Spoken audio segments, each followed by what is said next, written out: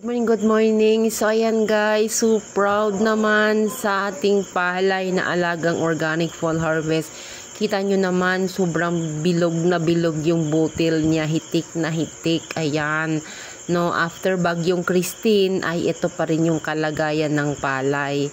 Wala man lang po siyang kakaba-kaba, no, sa Christine na bagyo na yan. Pero dito po sa mga karatig ay barahan na, pero bukog tanging ito'y hindi dahil naka-organic fall harvest microbial inoculant sa soil yan, kung kaya ganun kaganda yung kapit. So ano man yung hangin dyan, nagpi-play-play lang siya kasi pailalim po yung root system niya dahil soil yung pangunahin niyang kinakapitan o nagbibigay ng nutrients sa kanya. Kung kaya ganyan kaganda yung butil guys, grabe.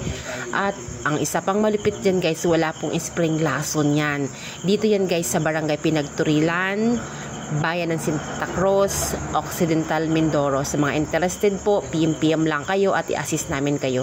Shout out po kay Miss Opel Sungcard at kay Robert Damhembro na kung saan sila po yung mga distributor dito sa ating nasabing lugar. So that's it for now guys. Follow for more.